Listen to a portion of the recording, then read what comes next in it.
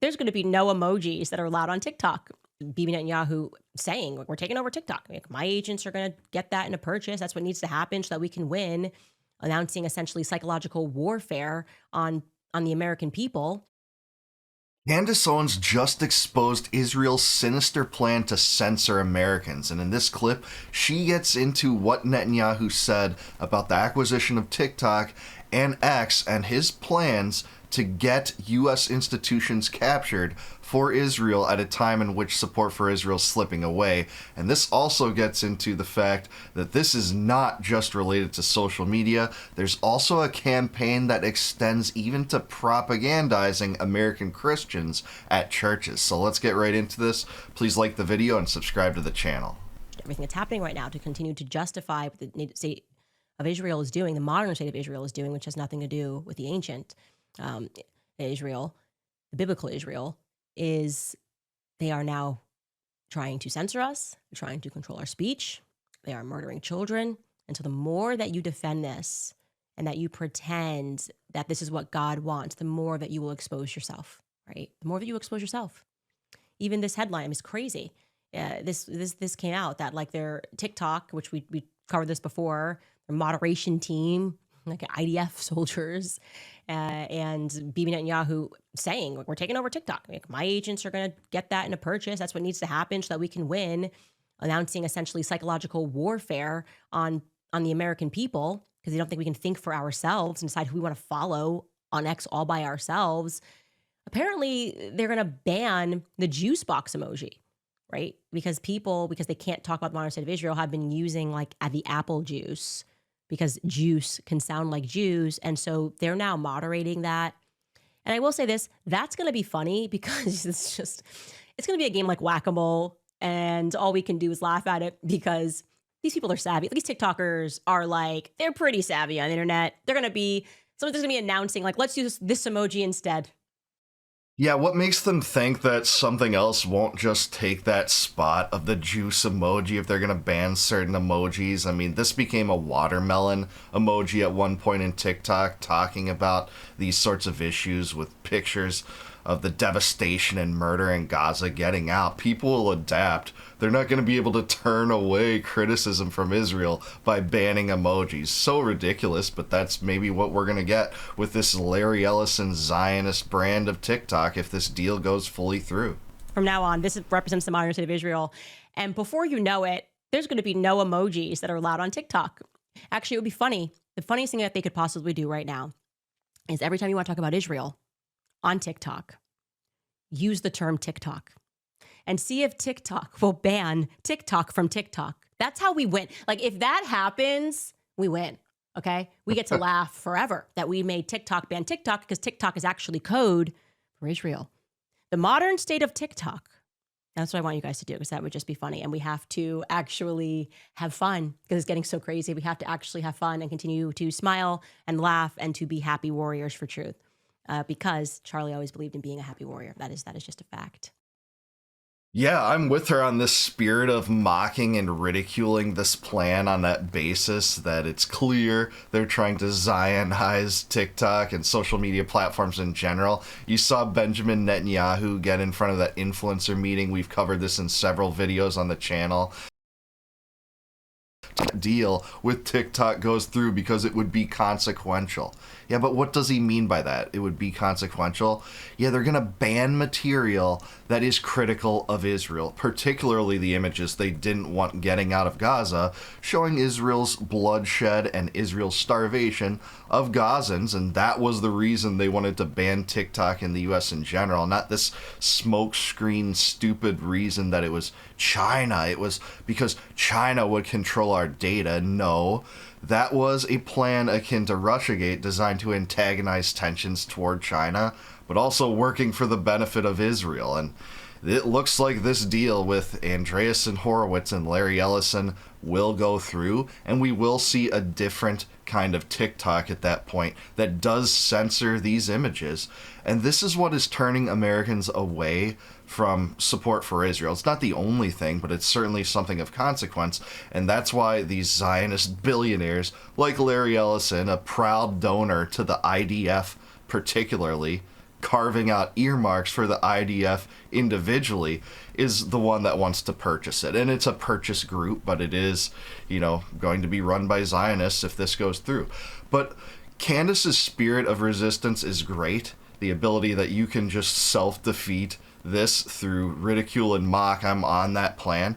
But this campaign goes far deeper than just social media platforms. For instance, we recently got word that a legacy media carve-out, CBS,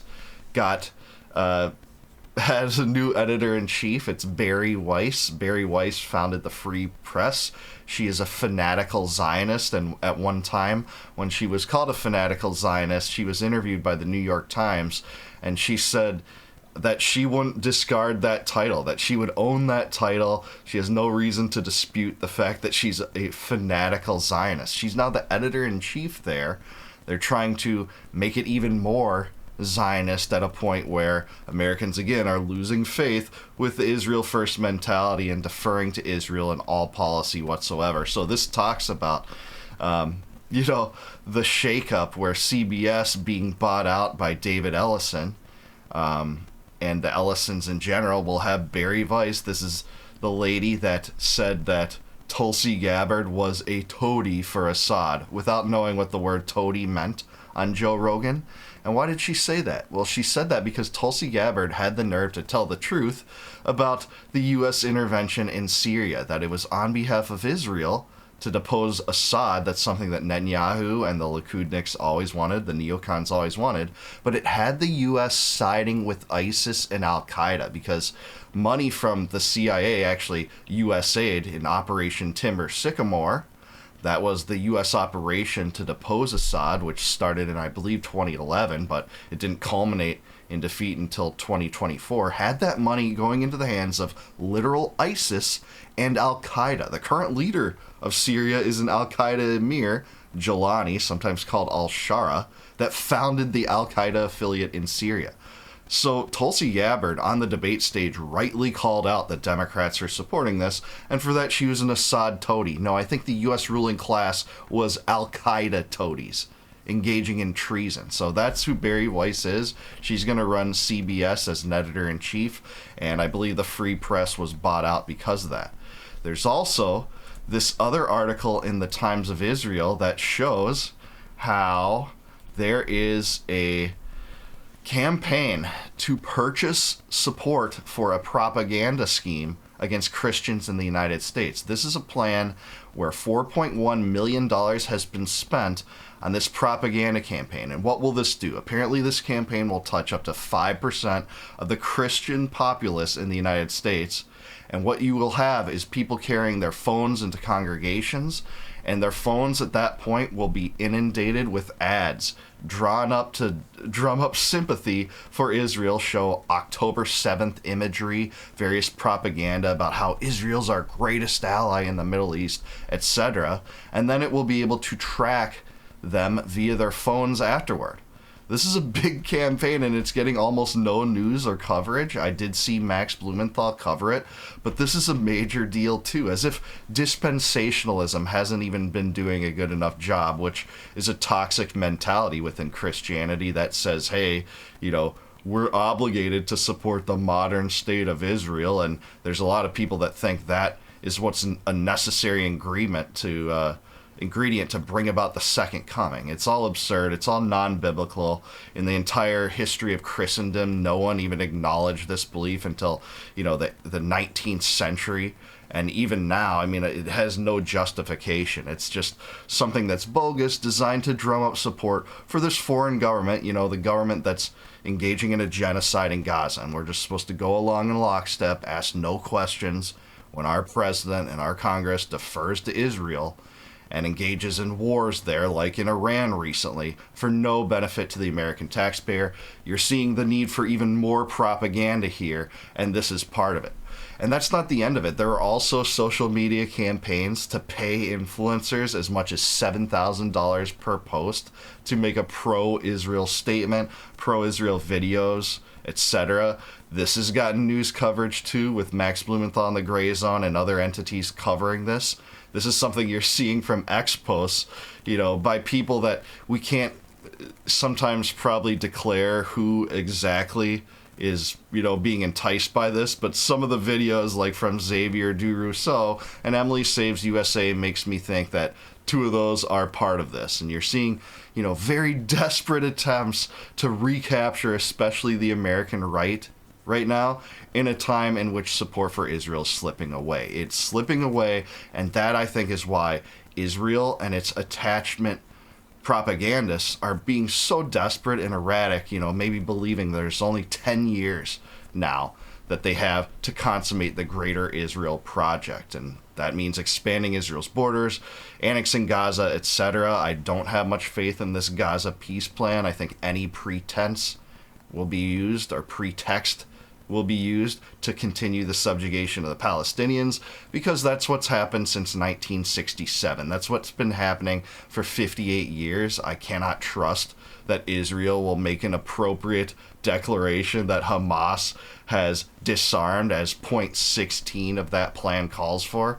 And I think they'll use any excuse under the sun to keep them in subjugation, keep their rights curtailed, keep the blockade going, keep the occupation going, keep the lack of due process going, refuse to acknowledge the right of return, etc. That's what you're going to get here. Thanks, Candace, for covering this. This is a big deal. This is an Israeli censorship campaign within the United States. And to see Benjamin Netanyahu come to our country and talk about meddling with our institutions, our social media platforms, for the benefit of his criminal regime, it was putrid. It made me want to puke. And this is why we need to ditch and discard the America First mentality. But I do want to hear from you. Is Candace Owens right about that? Are you surprised by this new propaganda scheme we're seeing coming up? Let me know. What's the end game here? Are Americans going to fall for this now at this point? Let me know down below in the comments. Please like the video, subscribe to the channel, also subscribe to Candace Owens. And if you like this video and my commentary, please consider becoming a YouTube member by clicking the join button below. You can help support my channel. I'll tip my hat to you if you do that. And in return for that, I'll allow you to see all of my videos before they go live to the general public. You'd have immediate access to all the members-only videos. And until I see you guys next time, no more war, no more debt, no more inflation, and no more empire. Peace out, guys. Catch you in the next one.